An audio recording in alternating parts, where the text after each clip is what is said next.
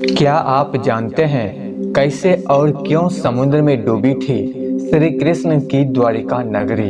भगवान श्री कृष्ण की अद्भुत नगरी द्वारिका आखिर पानी में क्यों डूब गई? आज इस बात के पूर्ण साक्ष्य भी प्राप्त हुआ है। वैज्ञानिकों का स्पष्ट मानना है कि गुजरात में सागर किनारे किसी समय कोई भव्य नगर हुआ करता था, जो वर्तमान में पानी में डूबा हुआ है।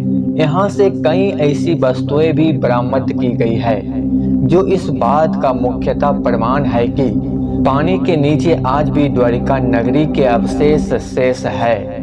द्वारिका नगरी के पानी में डूब जाने के पीछे विद्वानों ने दो प्रमुख कारण बताए हैं, जिसके बारे में आज दोस्तों हम जानेंगे।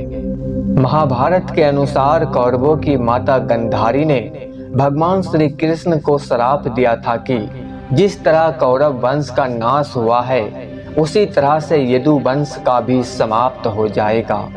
पौराणिक कथाओं के अनुसार भगवान श्री कृष्ण का जन्म मथुरा में हुआ और उनका बचपन गोकुल में पूरा हुआ था।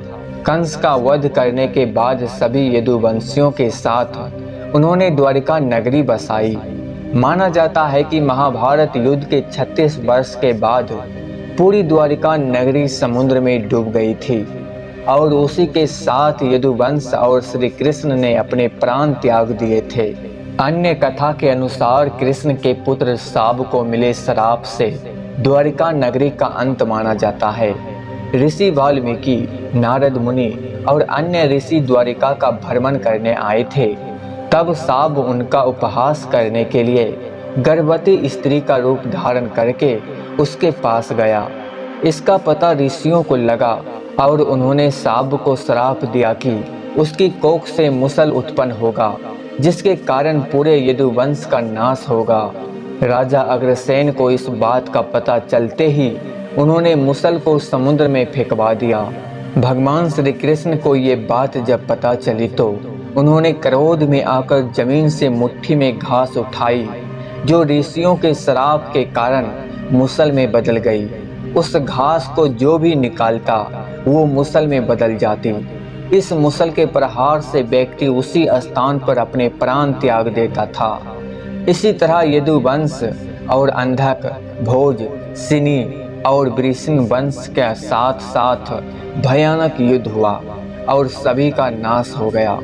बलराम ने एक वन में अपने प्राण त्याग दिए और उन्हें देखकर श्री कृष्ण साधना में लीन हो गए। एक शिकारी ने दूर से उन्हें हिरण समझकर बाण चला दिए, जिससे उनकी मृत्यु हो गई। भगवान श्री कृष्ण के प्राण त्यागते ही द्वारिका नगरी समुद्र में डूब गई। पुराणों के अनुसार द्वारिका धरती का हिस्सा नहीं था।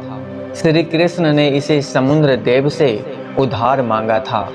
इसी कारण से श्री कृष्ण के मृत्यु के बाद द्वारिका नगरी समुद्र में समा गई। तो दोस्तों, यही था कहानी। हमेशा कुछ नया सीखने के लिए आप मेरे चैनल को सब्सक्राइब जरूर कर लेना।